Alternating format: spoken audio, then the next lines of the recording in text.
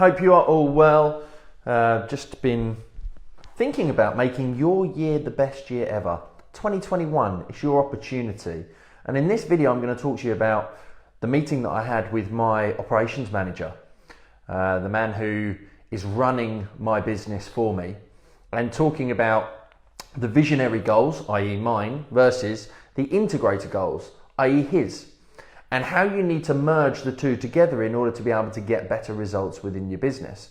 Because that's one of the most important things. I often talk about rocket fuel, the visionary and the integrator merge, and how important it is to have both.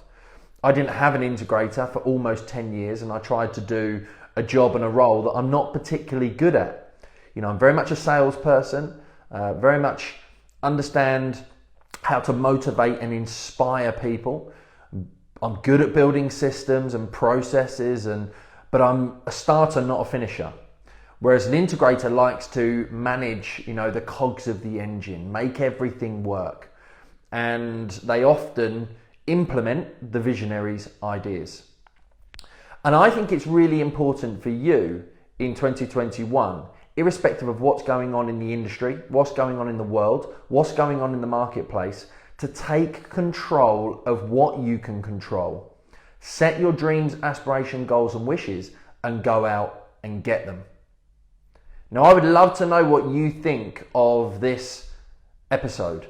So comment in and tell me, let me know, connect with me on Facebook and Instagram and tell me where what your thoughts are based on this. Because if we constantly sing to somebody else's tune and we worry about what's going on in our industry and we worry about the world and the marketplace, then we're going to always be stuck. Now, I'm not saying don't be cautious. Don't look at the upside and the downside. Don't look at the risks. You must do those things. You must assess what's going on and the opportunities that are in front of you. But it's also about looking at adding additional income streams, additional revenue streams. Where one is potentially going to go down, you may be able to increase it with another. For example, within my financial services business, we're looking at adding more emphasis on marketing insurances and adding in will writing. Because I do believe that if the mortgage market takes a downturn, we need to add additional strings to our bow. There are also additional strings that we could focus more heavily on with our existing clients. And I think the problem with mortgage broking, for example, is it's very, very transactional. And if you're acting in a transactional manner with your client, I'm on social media all the time talking about, adding value, helping others, inspiring, motivating, educating. And if all you're doing is a transaction for your client rather than building a relationship, then you're missing a huge opportunity. Because the huge opportunity begins after you have made the first sale. Once that sale has been completed, you then have the opportunity in order to be able to focus on actually serving your client better, building relationships, and things like insurance, wills, financial planning. They have more of a tendency to be about the person rather than the transaction. What are the client's dreams, aspirations, goals and wishes versus what is the transaction that they're doing now and won't think about again for another 2 or 3 or 5 years?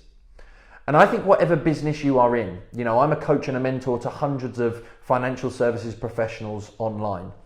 And one of my goals is to have better relationships with them.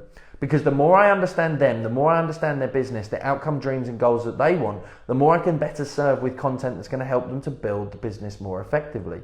And maybe you can do this too. Focus on people rather than focusing on product. If you understand the people better, then you can start to create the products that will best serve the business. I can't remember where it was, but I read, and you always hear it talked about in terms of there's 3 different brands that you need to build. You need to build the personal brand, you need to build the business brand, and you need to build the product brand.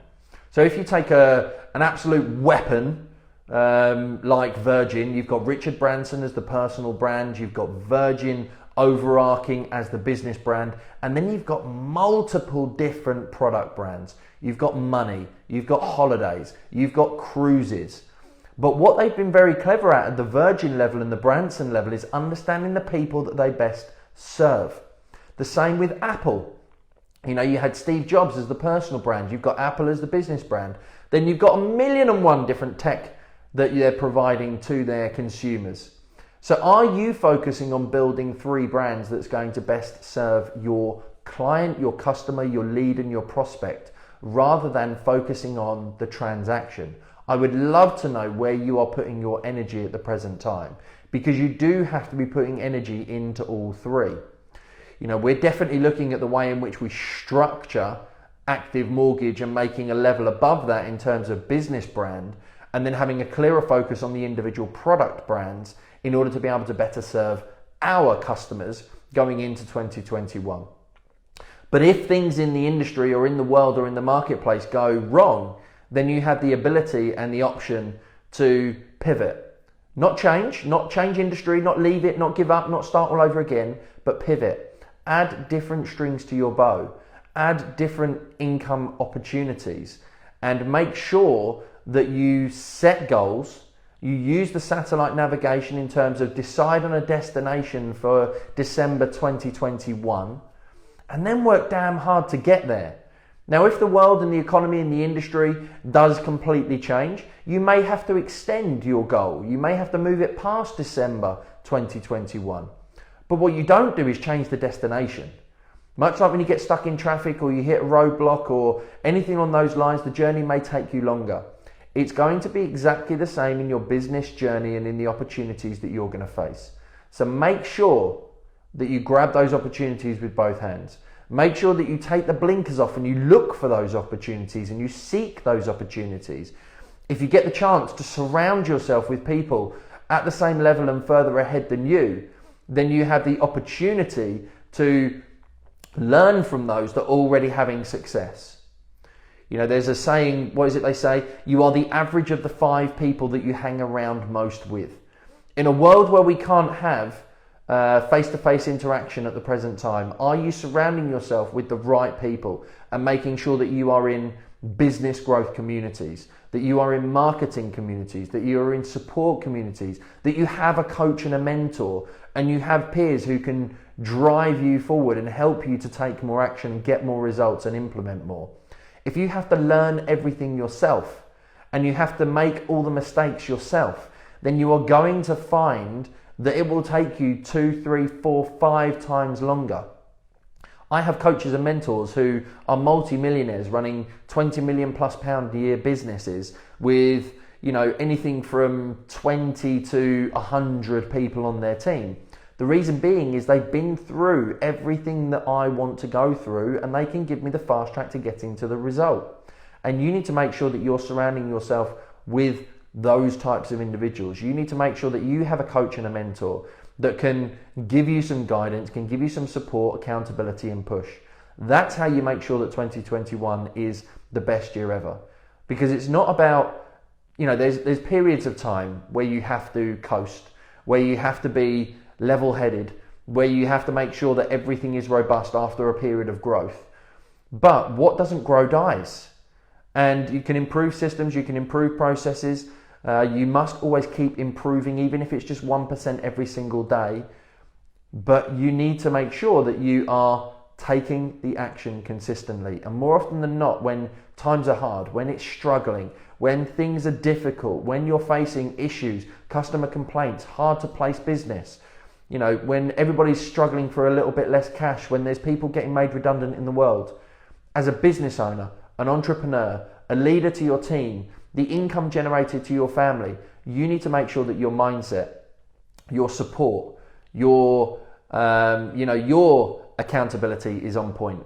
Because who's supporting you when you're supporting all these other people? Prospects, clients, leads, team, everybody. You need to have somebody that you can rely on, and you need to have somebody that you can WhatsApp. You can be in a Facebook group and ask a question. You can make sure that you are kept on the straight and narrow, following the yellow brick road to your castle.